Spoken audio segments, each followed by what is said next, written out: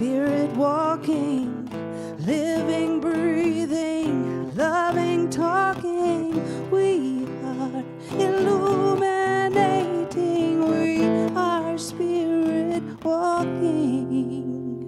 I am, you are, we are spirit walking. I am, you are, we are spirit walking.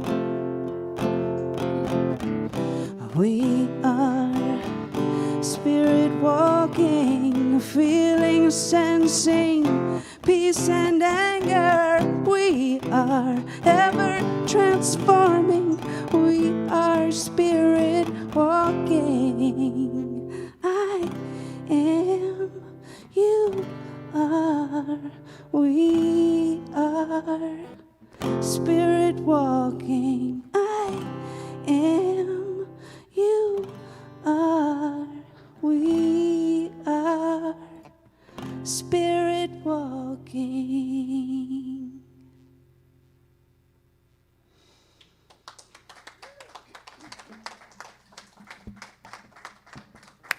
Thank you so much, Mama Christy. That was beautiful. Thank you. Okay. Well, as we get started this morning, before we get into our topic today, the one body, I want to take a moment to acknowledge that many of us here, online, wherever we are, may be feeling a little vulnerable today. After all that has happened in the past week, in light of the decision handed down by the Supreme Court regarding women's bodily autonomy and access to reproductive services, and concerns about future decisions that may impact marriage equality and other individual rights. I think we have a really powerful opportunity in this moment to acknowledge that unrecognized pain in the body of our community. I think that is something very important about the power of community, that we come together, and this is an opportunity for us to see each other and to heal and to acknowledge what needs to be acknowledged and to speak what needs to be spoken. So I want to invite everybody that's here in the sanctuary, and you can do this at home if you're seated or standing, but I want to invite everybody to stand for a moment. And please turn and make eye contact with somebody near you, okay? And then I'm going to ask you to extend your hands and to repeat after me. I see you. I see you. I hear you. I hear you. Your voice matters to me. Your voice matters to me. I see you. I see you. I hear you. I hear you. Your voice matters to me. Your voice matters to me. One more time. I see you. I see you. I hear you. I hear you. Your voice matters to me. Your voice matters to me. And let's take a breath into that heart space. Beloved Om community, each of us is a unique soul on our own individual spiritual journey. I cannot know and do not know exactly what it is to walk your walk. I do not know what it is to live your experience. But if you have ever felt shunned, dismissed, disqualified, ignored, I now recognize and affirm you. If you have not had your story believed or your needs recognized, I recognize and affirm you. I invite everyone to join me in taking responsibility right here and now to create a safe space in this spiritual community. And join me once more in saying clearly and directly, I see you. I see you. I hear you. I hear you. Your voice matters to me. May the vibration of our affirmation and the meditations of our heart move out into the wider world and make a difference. And so it is. All right. All right. Please feel welcome to sit again.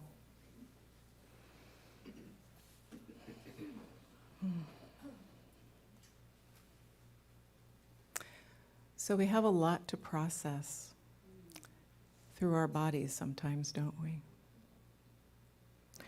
We've been talking this month about the body, about all the different ways that we experience and engage our bodies, and how that body is also a spiritual instrument. Your body is the one thing that is completely and intimately yours. And so rather than engaging in a spirituality that ignores the body, what we're going to talk about today is a spirituality that engages the body. How many people grew up thinking that spirituality was something separate from the body? Yeah, I think most of us, huh?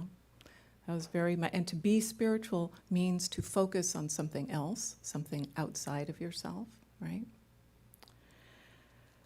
But I want to say to you now that our bodies are a spiritual instrument and that every body is a good body. Does anybody ever sort of compare their bodies to other people's bodies? And sort of think somebody else has a better body than I have? Yeah, that's kind of the culture that we live in, isn't it? But here is the truth that I want you to take into yourself today. Your body is your perfect spiritual instrument, whatever it looks like and however it feels. It is your instrument. And that by loving the body that you're in, and by contemplating and thinking about how your body communicates with you, it is an opportunity to connect more deeply with spirit. So sometimes I know we think about that mind-body connection, right? That's something people talk about a lot now, right? Mind-body connection, and often it comes up in the context of illness sometimes, right? We know that our thoughts and our feelings can influence our body, and we know that our bodies can be trying to tell us something that we don't really know how to understand or interpret. Let's see, I think I'm, excuse me, a little bit behind my slides. I got caught up in my ritual, but that was the image that went with that, right? Us together in our heart. But we are going to go on. So Ernest Holmes, the founder of Science of Mind, tells us, if the spirit or divine intelligence has seen fit to give us a physical body, it would be absurd to think of the body as an illusion, unworthy of our attention. Rather, we should think of the body as a spiritual instrument now. So this was our founder 100 years ago, anticipating some of the many things we have learned at this time about that nature of that connection, and affirming something even more important, right? That our body is also spiritual. So one of the foundational principles in Science of Mind is that everything is God, right? So unlike some faith traditions where the idea is that God created everything out of nothing and then is separate from that creation, in our teaching, we take a different view. We say that God created everything out of itself, and what that means is that God is immanent, what means present in all of its creation. That means including you and including everything that you can see and touch. And we also say that God is transcendent, so it is bigger than us. And that metaphor that Mary used of the ocean in her prayer is an apt metaphor for that, which is to say, we as individualizations and expressions of God are like drops of water in the ocean, but the ocean is much bigger than all of us. So in that same way, God is immanent, present here, and transcendent. And what that means for what we're talking about this morning is that it is immanent in our body, right? In our mind, in our soul, in our body. So the wisdom of spirit is present at every level of our being. And part of our opportunity as living human beings is to learn how to understand that wisdom, that presence, and to recognize it, whether we experience it through our thoughts or our feelings or through the body. The design of our body is amazing, isn't it? Really down to the atomic level.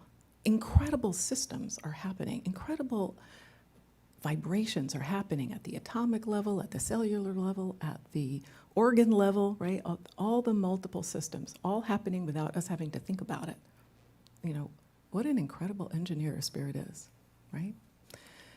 It's going to take a long time. As much as science and medicine is learning about these incredible systems, we know there is still so much more to understand. And one of the things that we're really coming to understand is also how plastic these systems are, right? Things can change and they can be influenced by our own understanding of them. So the more that we can engage this understanding of our body, the more that we can experience the mystery of the divine and to move into a harmonious and fulfilling life. I want to do a little experiment with us this morning. And you can let me know if this works or not. I haven't tried it with a group of people, so you are my guinea pigs. This is science, spiritual science in action. So one of the things we're going to explore a little bit this morning is the idea of how we connect to the body. How many people here are incredibly busy and plan out everything that they do? Some people, huh? I mean, I have a schedule for when I get up, when I'm going to eat, when I'm going to drink water, you know, all the things that I forget. And do I necessarily think about, do I wake up when I'm ready? Do I go to sleep when I'm tired? Do I eat when I'm actually hungry? Or do I do it because, oh, well, it's breakfast time now. It's lunchtime now. Oh, it's time to go to bed now. I'm not checking in with my body. I have a plan because I'm going to be efficient. Anybody else doing that? So I'm going to offer a counterpoint to that by suggesting that today, and maybe this week, we'll talk a little bit more about that, we take a moment to check in with what's going on in our body. So I'm just going to strike the bowl once, and I'm going to do it a couple more times during our talk this morning. And I'm just going to ask you in that moment when you hear the bell to just do a little internal scan and see if you can become aware of anything your body wants to tell you right now. Okay, everybody ready? This is the first one.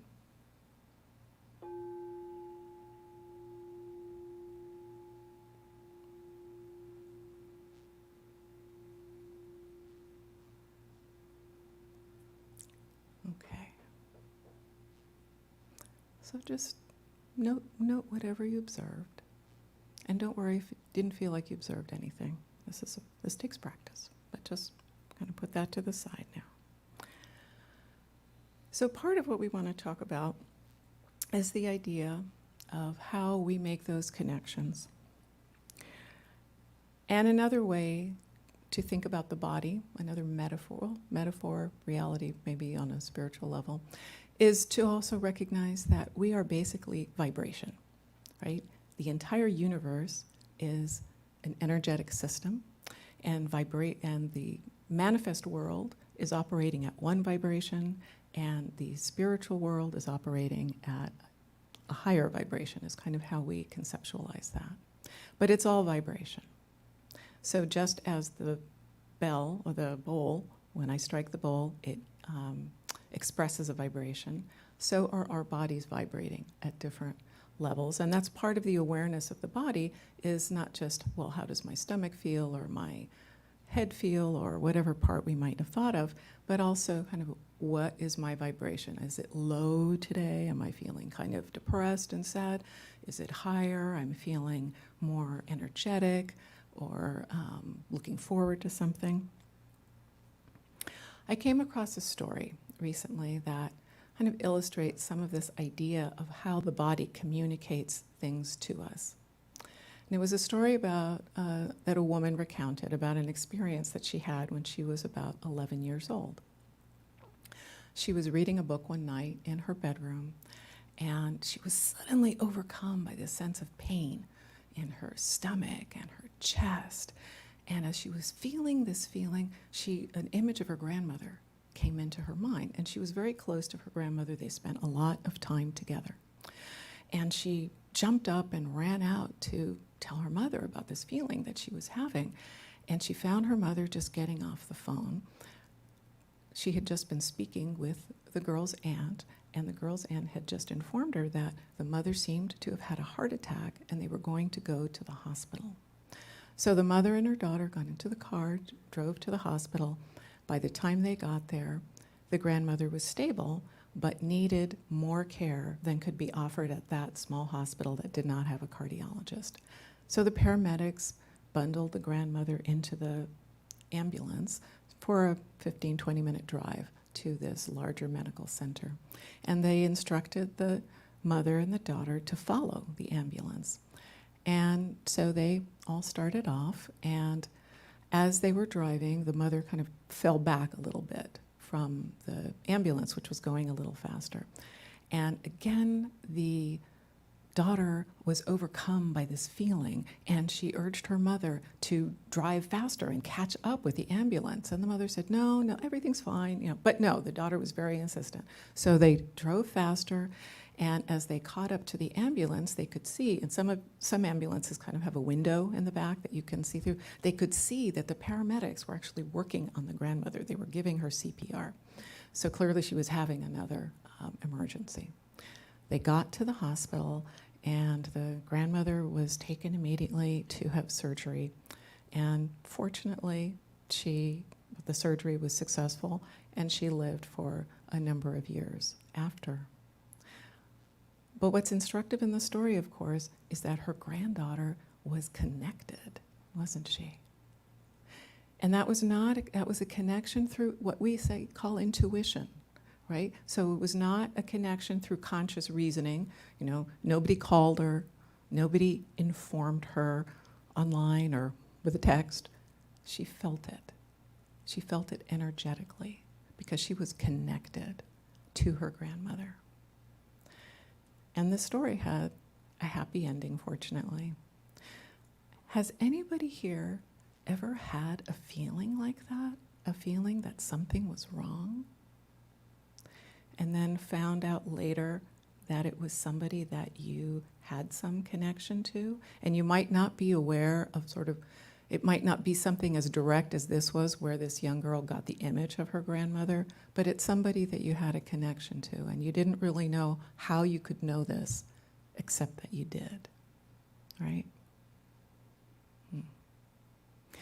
There are a lot of different kinds of intuition. Sometimes intuition is based on observation, right? We can derive intuition as we read people's body language and affect, or kind of read the room or the dynamics of what's going on. And that's also intuition, because it requires discernment to be able to interpret it. And I would argue that that discernment is spiritual. But sometimes that intuition arrives through other means that we cannot completely understand. And that's part of that mystery of what is that divine connection that we have in the oneness, right? That is also part of our teaching. So let's see, I'm not doing a very good job today keeping up with my slides, but I wanted to bring forward this principle also. So I've talked about the principle that we have, this idea of our understanding of creation and the presence of the divine as being both immanent and transcendent.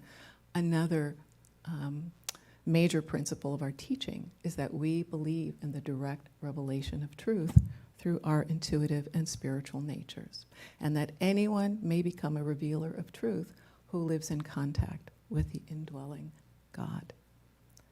So that means that ability, that discernment, is available to everybody. It's not just something for spiritual specialists. It's not just something for practitioners or ministers or gurus or whatever the teachers and leaders of other faith traditions may be. This is something that is available to you because you are a human being and the divine has endowed you with that. So what's really important to remember here is that you don't have to look outside of yourself for knowledge and information. I'm not saying it's not useful and worthwhile and there isn't a lot to be gained from that, but that you can turn within to receive the lessons that are particularly important for you. And that one of the ways that you can do that is through the body. And with that,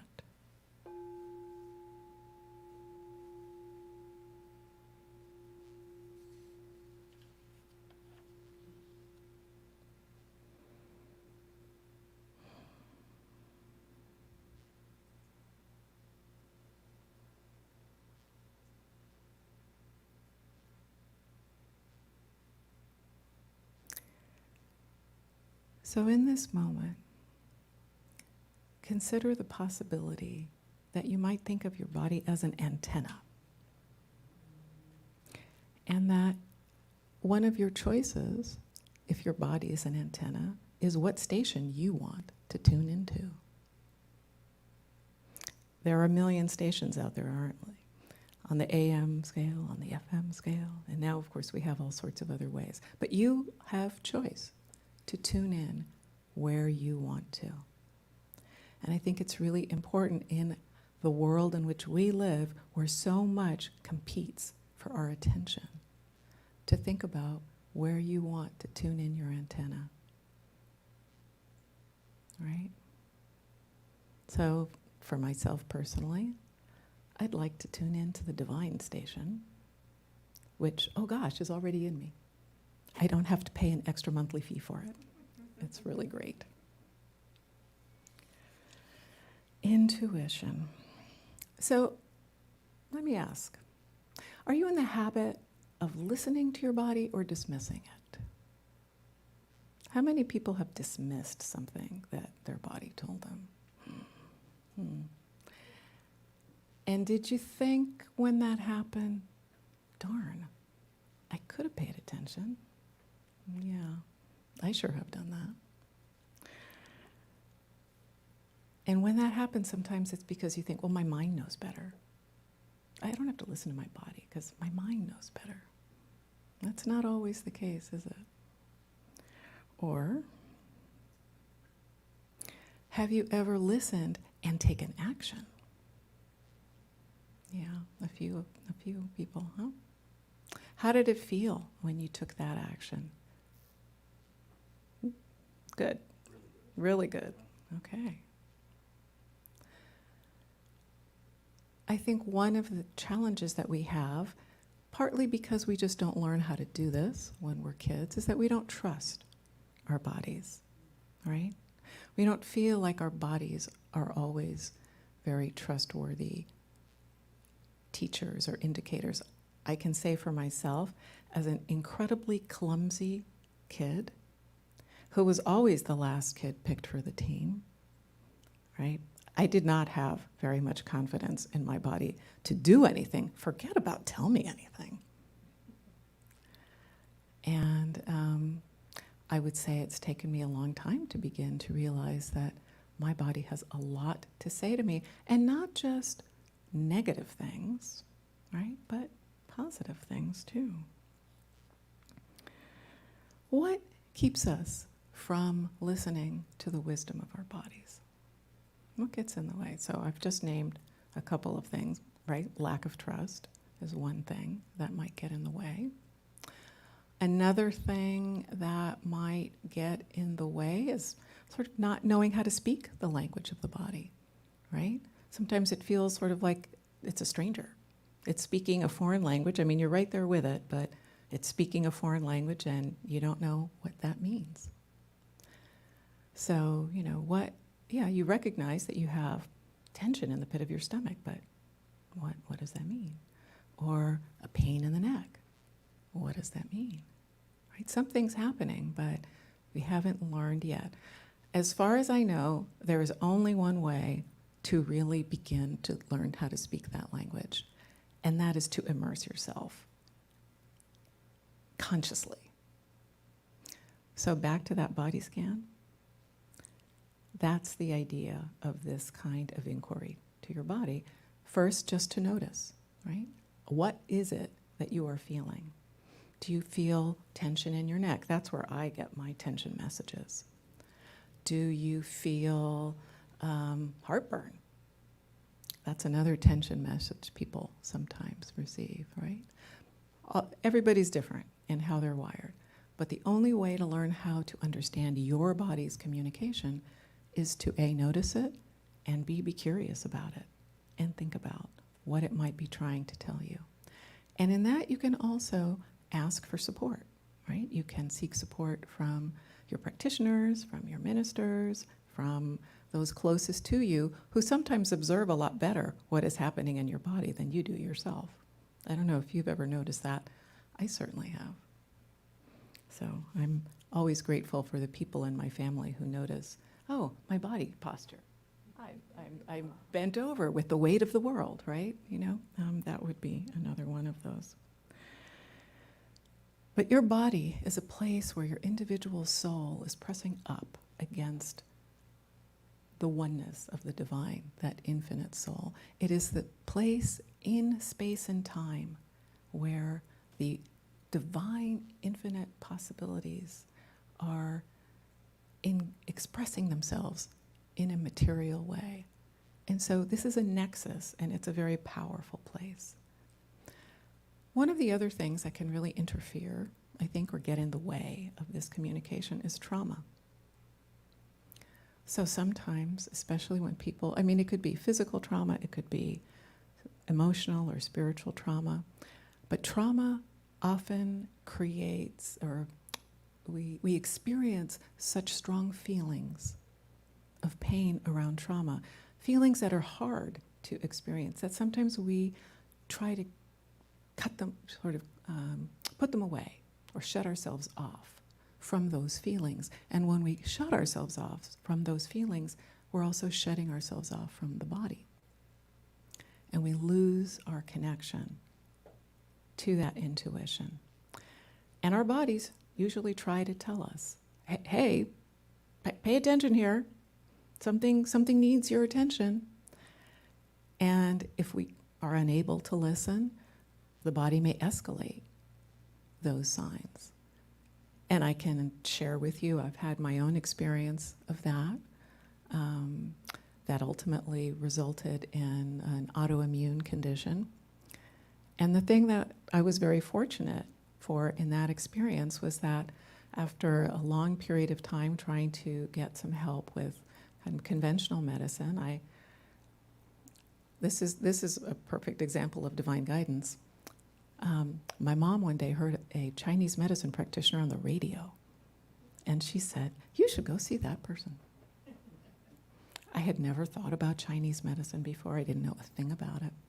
But I was desperate enough in my situation to want to get some help. So I went to see this person, and I worked with her for a while. And eventually one day she said, I really think you should be better than you are.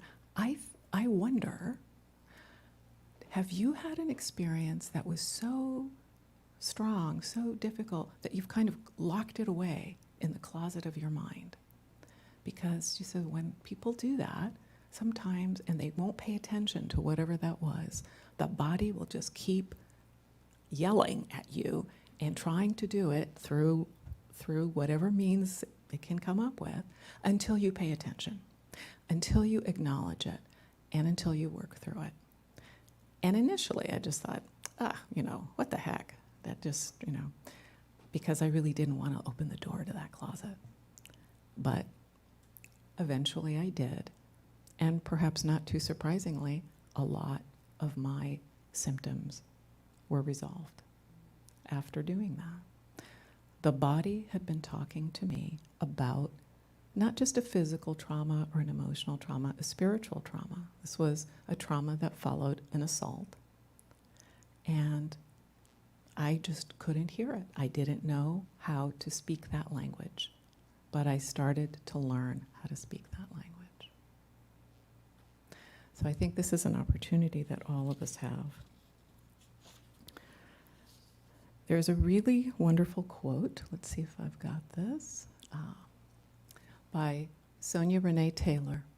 She says, when we liberate ourselves from the expectation that we must have all things figured out, we enter a sanctuary of empathy. I love that phrase, sanctuary of empathy. Do you all have everything figured out? I sure don't. But sometimes I feel like I ought to, right? And especially as I've been on this path, aren't ministers supposed to have everything figured out? Help me out here, Reverend Jerry. Yep. The truth. Chop wood, carry water. There you go. Chop wood, carry water, says Reverend Jerry, and indeed. So, all that this means is that as part of this journey of learning about the body, how our bodies can be spiritual instruments, how we can engage with that, it's really essential to offer ourselves grace as we do that, to allow that whole experience to take place in a sanctuary of empathy. Right? Okay. So, one more time.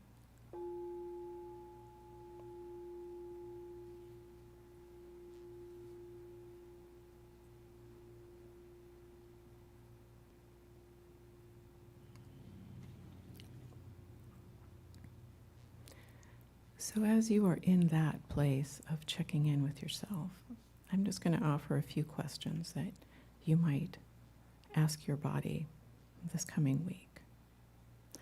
Do I want to eat something right now? Am I thirsty?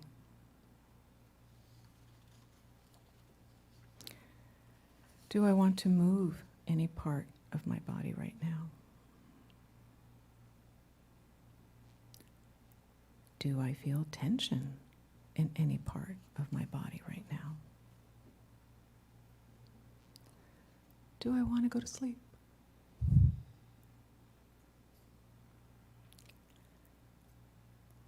You may ask these or any other questions that make sense to you to ask you of your body.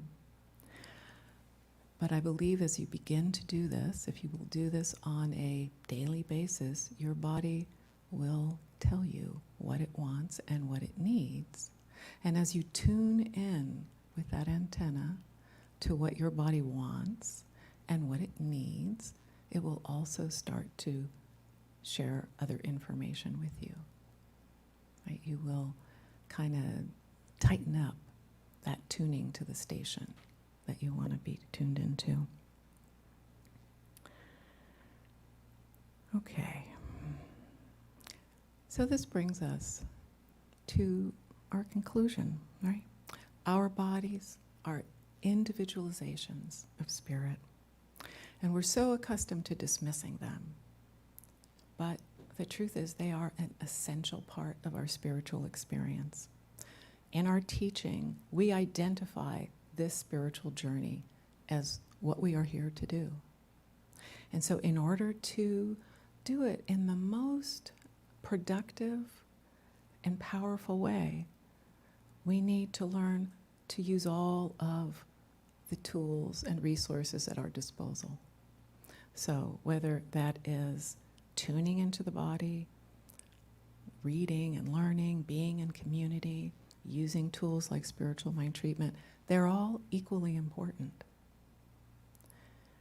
And so I hope as we've been talking this morning, you've been able to really think about your body, perhaps in a new way that you haven't really thought about it before.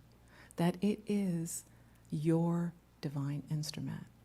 That spirit endowed you with this perfect body for you, that is giving you an opportunity to really bring something forward into your own experience and understanding that then you can share with others. Because that's the other part of our teaching, isn't it? It's community. It's how we share our insights, what we learn from each other together. And that's also really important.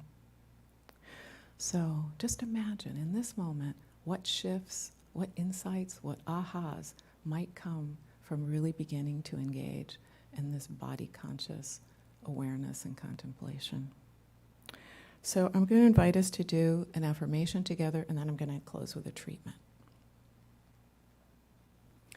So I just want to invite everybody to stand up, all right? And we're going to do our affirmation 3 times. So we're going to start with the whisper, go to the statement, and then really claim it, okay? So, I listen to my body knowing it is speaking as God. I listen to my body knowing it is speaking as God. I listen to my body knowing it is speaking as God. Thank you.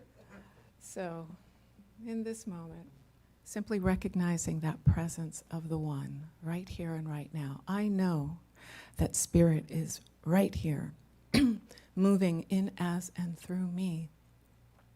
I recognize that Spirit as love, as life, as light, as beauty, as peace, as joy, as power. I recognize that one as all the good there is. I know it is continuously seeking its highest and greatest expression through me and through everybody else, through all who are gathered here and all who join us now and later. I speak this word in this moment of joyous gladness, simply to recognize that power of our community together, to understand ourselves as full spiritual beings, mind, soul, body. I know that as each of us travel on our individual spiritual journeys, that we do so in a sense of honoring ourselves, of honoring those divine gifts that we have been endowed with, that we do so for ourselves and we do so for each other. I speak my word to know that all of us gathered here together today commit ourselves to that proposition, to see ourselves and each other, to hear ourselves and each other, to recognize the importance of our voices expressed and the voices of every other being. What a gift. How powerful it is to know that through our bodies we experience the divine, as we do through our minds, our hearts, our souls. That in this complete spiritual experience, we are guided and supported by Spirit in every breath, in every second, in every step moving forward. How glad I am to be alive with all of you here and now. And as I speak this word, I simply do so with a joy and a gladness that surpasses all understanding, just as the knowledge of community together raises up in me that sense of peace that surpasses all understanding. So as I speak this word and I release it into the law, I know it is already done, it is already so, that all that is left is for me to release that word, to let go and let God, and to invite you all in joining me in saying, and so it is. Thank you. And now we will hear more from Mama Christy. Thank you.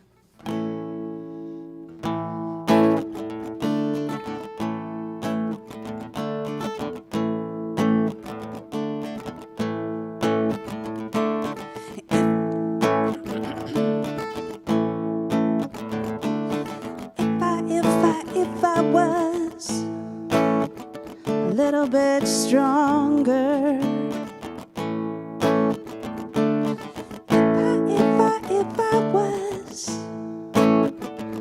little bit wiser, oh, wiser, yeah. Would anyone be any happier? Would I know more peace or love? Would anything be different? Oh, if I was wiser, yeah.